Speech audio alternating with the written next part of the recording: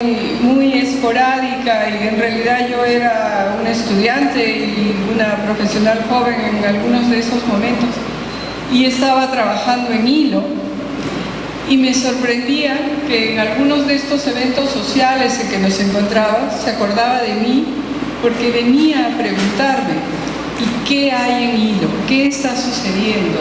¿Qué has encontrado?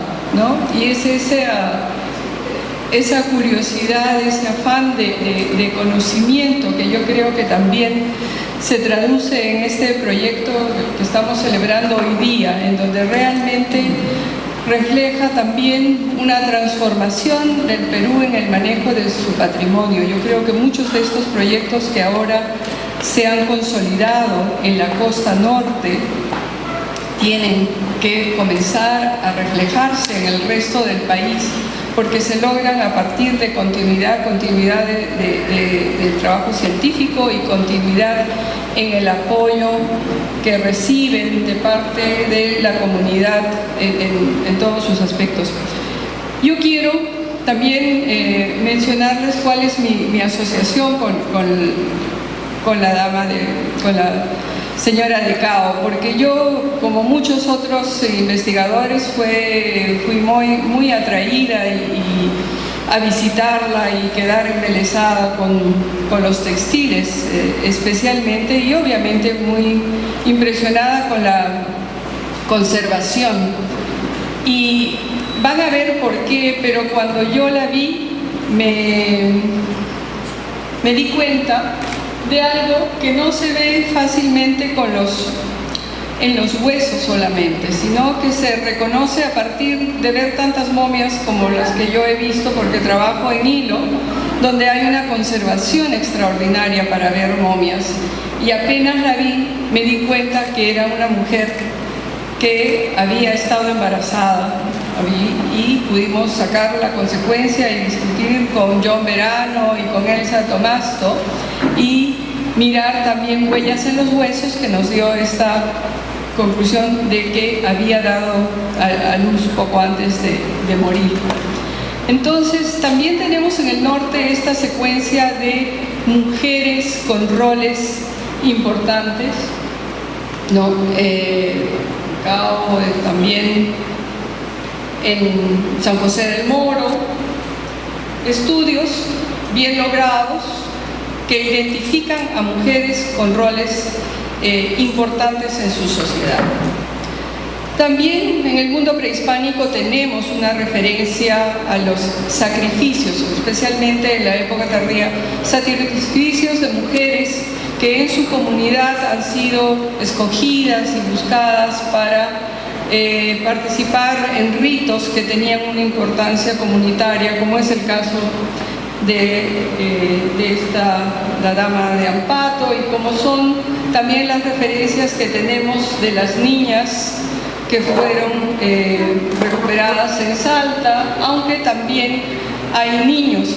Pero estamos hablando en el caso de las niñas, jóvenes entre los 10, 13 años, que han sido sacrificadas.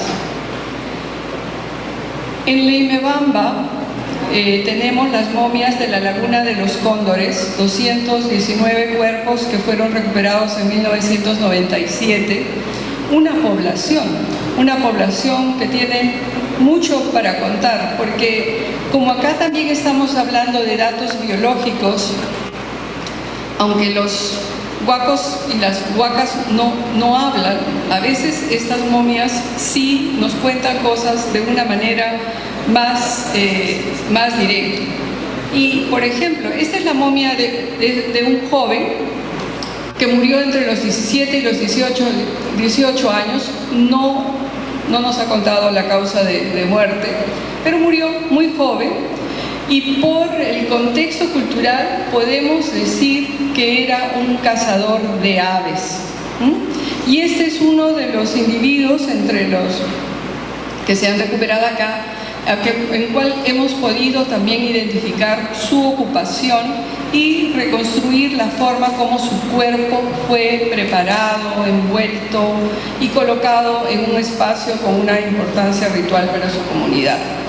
Pero también también hemos encontrado jóvenes, 3 adolescentes, 12, 13 años, que fueron sacrificadas. En este caso, estos ojos que ustedes ven son ojos hinchados, son ojos que están dando evidencia de un hematoma, de un golpe, y de un golpe que a partir de las radiografías también hemos encontrado que fue la causa de muerte. Hemos encontrado 3 de estas jóvenes. En este caso inclusive pueden ver la huella del hematoma sobre la sien derecha. Poco a poco estamos trabajando en reconstruir, en identificar el rol de algunos de los individuos con las momias de Leimebamba, que están en Leimebamba, que vienen de la Laguna de los Cóndores. Pero ahora quiero llevarles a otra parte de nuestro territorio, al extremo sur, la costa del extremo sur, en donde, en la zona hasta el río Tambo y en realidad hasta un poco más allá de Arica, tenemos en la costa lo que se conoce como la sociedad Chiribaya, del intermedio tardío, un oasis, ¿no? Un valle muy angosto en hilo, con terrenos con mucha salinidad que producen esta extraordinaria conservación en material orgánico que se da en muy pocos lugares en el mundo. Una zona muy dada a las catástrofes, tremendos terremotos, fallas geológicas, y en general no hay una arquitectura monumental, es construcción muy efímera en cuanto a las casas, pero hay una evidencia muy intensa, con una presencia muy interesante que refiere a una cosmovisión en la cual el culto a los ancestros era una parte muy importante de esta sociedad de hace unos 1000 años. El desierto es un lugar inhóspito. Si bien acá en la costa norte se lograron grandes transformaciones, en el extremo sur, aparte de la falta de agua, también están las características del suelo, que generaron, digamos, un desarrollo bastante diferente, pero en el cual, sin embargo, los Chiribaya muestran un manejo del desierto muy productivo. Los textiles de los Chiribaya son casi exclusivamente en fibra de camelio. No encuentras huellas de algodón, ni siquiera, algunas veces para materiales muy simples, pero toda la ropa, las bolsas, las mantas son en fibra de camélido que envolvía a estos cuerpos, ¿no? Y es una población muy relacionada al mar, con actividades de buceo, de pesca, y con un mar muy productivo que dio lugar a estas sociedades que dejan una huella tan intensa, en la que lamentablemente nuestro conflicto con el huaqueo nos deja a veces muy poco para estudiar. Sin embargo, dentro de este espacio lunar, por ejemplo, del huaqueo, también hay muchos esfuerzos que en algunos casos, como en el Valle de Hilo, se iniciaron con el trabajo de un coleccionista que estableció el Museo Municipal en el Algarrobal, y en el cual, a partir de una ONG que está establecida en esta zona desde hace unos 21 años, comenzamos a desarrollar repositorios especiales para momias y especialmente para material orgánico. Una tarea que uno la comienza con mucho entusiasmo, pero que eventualmente se convierte en una suerte de prisión, porque ahora tenemos depósitos en los que guardamos por lo menos 600 fardos funerarios, los restos de por lo menos 4.000 individuos esqueletonizados. Y lo que pasa es que cuando uno recupera uno de estos entierros, en estas tumbas usualmente rectangulares, encuentra mucho material que al ser trasladado a los depósitos es muy exigente en su manejo. Estos son materiales que se comen tiempo y dinero de una manera abrumadora y se pasa el tiempo y parece que uno no hubiera hecho mucho. Pero miren esa variedad de gorros, ¿no? De niños, de mujeres, de hombres, asociados a una cerámica de la cual hemos sacado la cuenta que aquí hay una diferencia de lenguaje. Este es el lenguaje iconográfico en la cerámica que sugiere que la cerámica era hecha exclusivamente por hombres, mientras que la textilería, y eso se ve claramente en los contextos funerarios, era hecha por mujeres. Las condiciones de conservación a veces son realmente espectaculares y esta es una suerte de reconstrucción de una escena en donde hay una tradición muy antigua, y una tradición muy antigua en que las momias son muy importantes, y me estoy refiriendo a las momias Chinchorro, en donde las momias, inclusive para hacer una suerte de estatua que a veces daba una evidencia de la colectividad y que podríamos sugerir que tenía que ver con un reclamo del acceso a recursos productivos.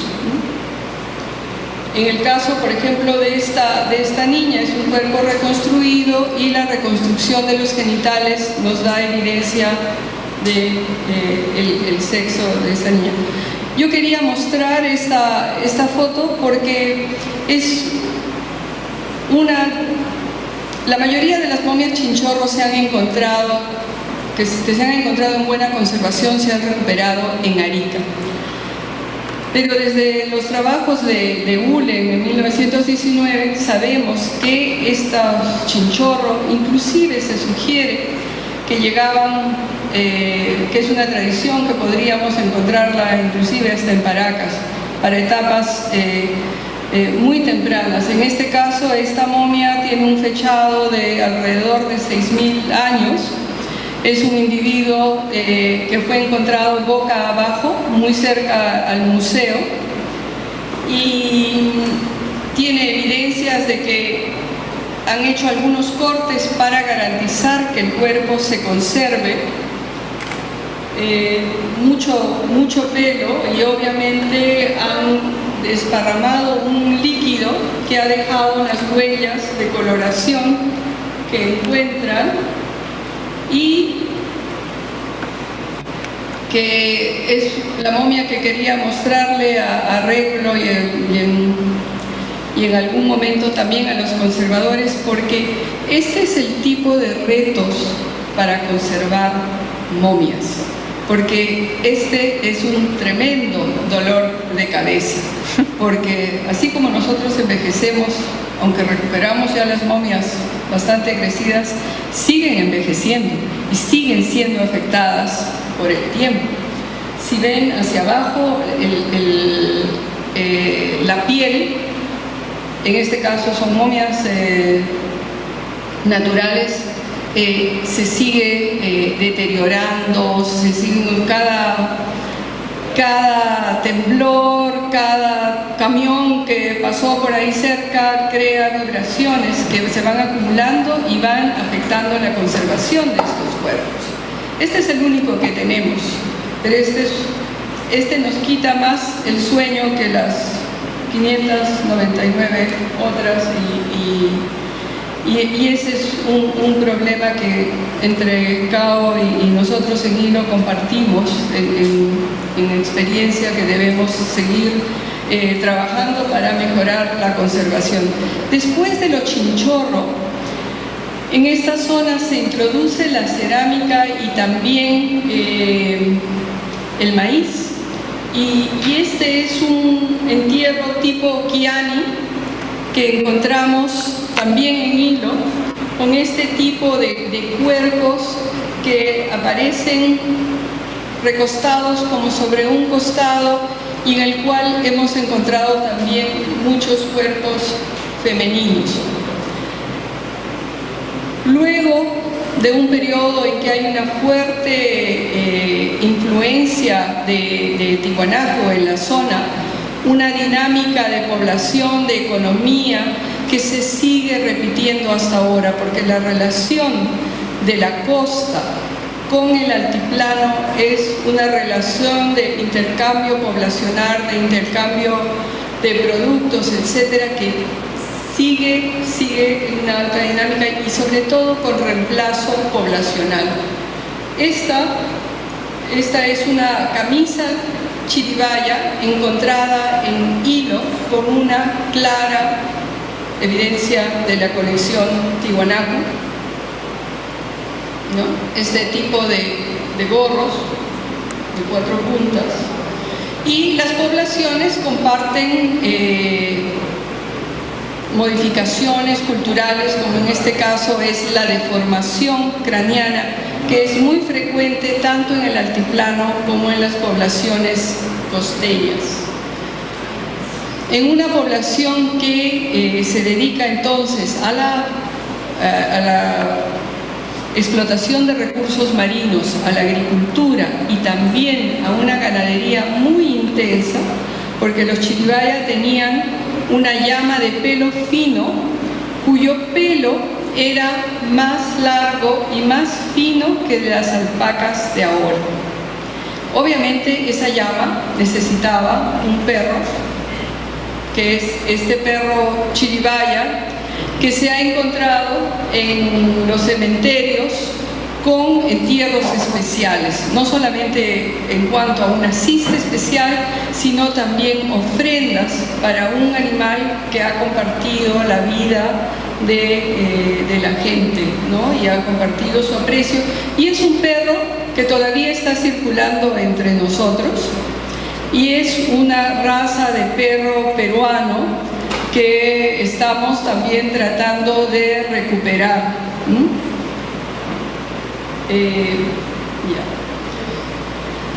Ahora, en estos hallazgos de entierros, por ejemplo, cuando se recuperó este entierro, típicamente chiribaya, la tumba rectangular, el cuerpo hacia el fondo con las ofrendas adelante, encontramos a este individuo y a este niño, y obviamente dijimos una mujer con su hijo. No, los dos son de sexo masculino y los dos comparten el tipo de gorro, el tipo de orejera de fibra de camello, pero el detalle es que el niño murió antes y en algún momento, cuando el adulto muere, lo han reintroducido en esta tumba y hemos encontrado este caso que podría aparecer como una escena femenina, en donde identificamos que se trata de 2 individuos de sexo masculino. Entre estas momias, a partir de evidencia de huaqueo, comenzamos a encontrar varias que daban evidencia que eran cuerpos eviscerados, cuerpos que había habido un corte abdominal y habían sacado todo en el interior, y que ese interior lo habían rellenado con comida, con mates, con yuca, con camote, con maíz, en muchos de los casos. Y comenzamos a tratar de buscar contextos completos, porque estos son contextos de huaqueo. Y en algunos de los casos, en este desenfardelamiento, este es un individuo que debe tener más de 70 años. La edad cronológica que hemos calculado al momento de muerte es de una persona para esa época de muy avanzada edad. Además, si ven esta escena del desenfardelamiento, esto es retirar telas, ¿no? De levantarlas por el estado de conservación, pero también porque este cuerpo había sido visitado.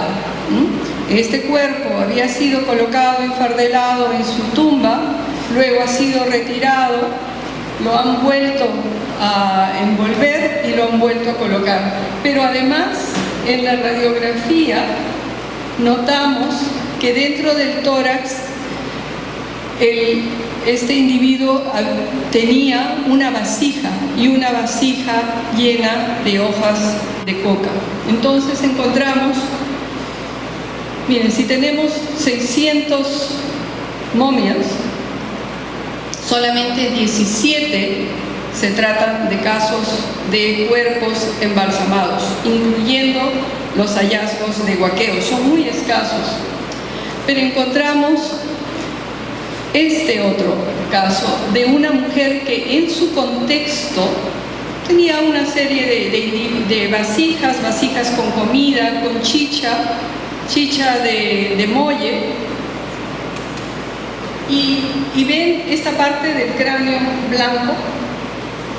Esto es un proceso en donde el hueso que ha sido expuesto a la intemperie, al sol, se ha calcinado de tal manera que se ha blanqueado.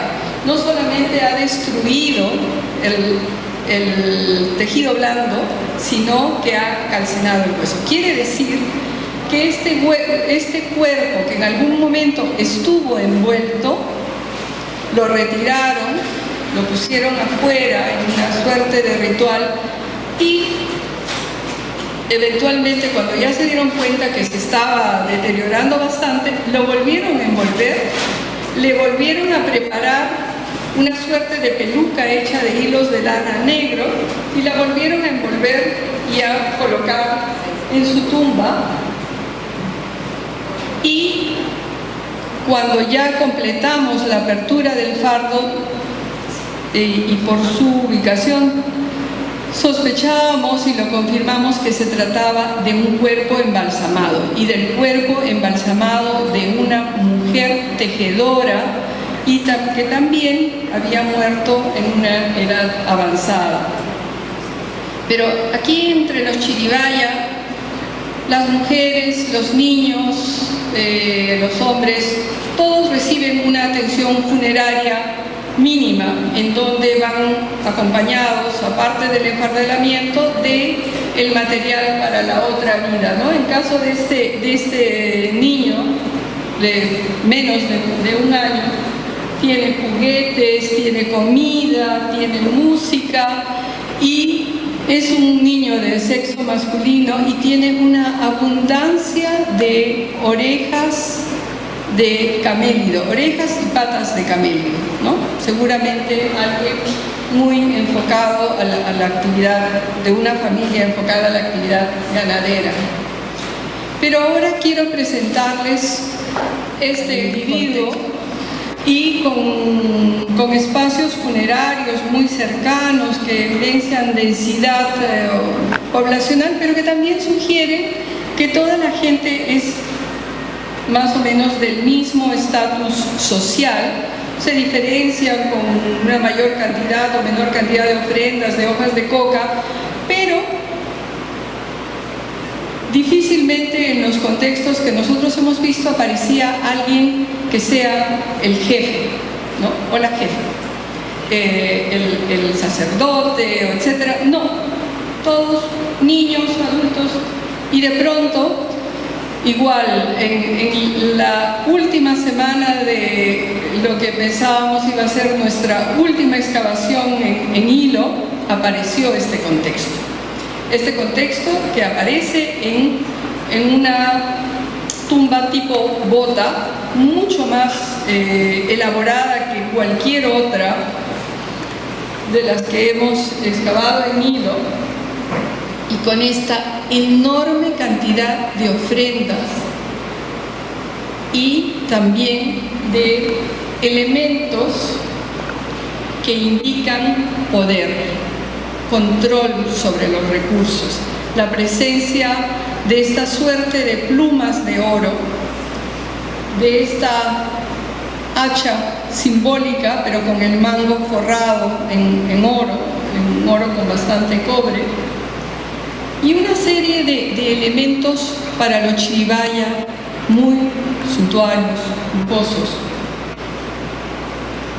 Muchas vasijas para la comida, estas vasijas ya están limpias, pero y todas estas vasijas vienen llenas pues de frejol, de maíz, de payares, de mariscos,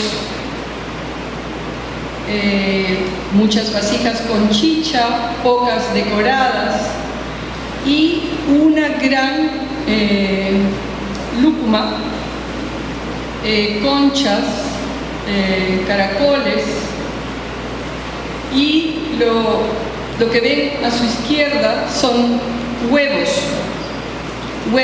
posiblemente de pato, y hacia su derecha esto es una de las canastas y parte de la gran cantidad de artefactos para tejer. Estamos hablando de una mujer tejedora. Bueno, todavía no sabíamos que era una mujer, pero ya les dije. También huellas de, como en otros entierros, patas de camélido, orejas de camélido, que simbolizan la cantidad de ganado al que ellos tenían acceso. Prendas textiles en proceso, estos son los huevos. Miren la cantidad de lucmas que había comparado con las lucmas modernas. Una enorme cantidad de hojas de coca envueltas en estas mantitas, en estas camisas, ropa. Y solo la parte superior estuvo mejor conservada, una mujer con un peinado sencillo.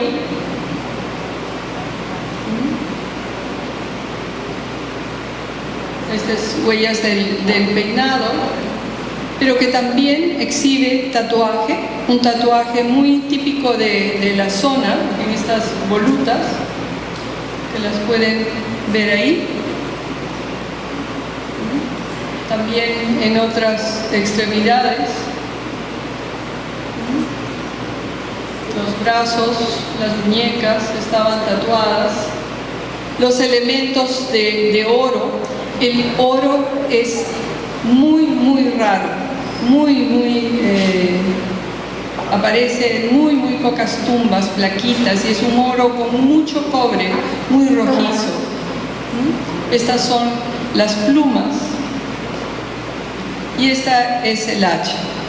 Entonces tenemos aquí, tratando de hacer una reconstrucción social, cultural de esta persona, a una mujer que podemos asumir que era una mujer tejedora.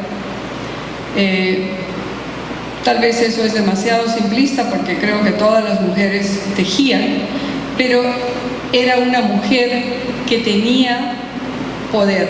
¿Por qué? Porque tenía control de recursos y en su tumba está poniendo en evidencia elementos que ponen en claro que era una mujer que mandaba. La tumba misma es una tumba que denota otro manejo del espacio que otras tumbas chiribaya, y en conjunto, ¿no? Este es uno de los hallazgos más singulares de hilo que disturba muchas de nuestras propuestas sobre la organización social de los chiribaya, pero todavía es una de... Y sí hay referencias de un hallazgo masculino semejante, pero no tan grande ni ocupando tanto espacio.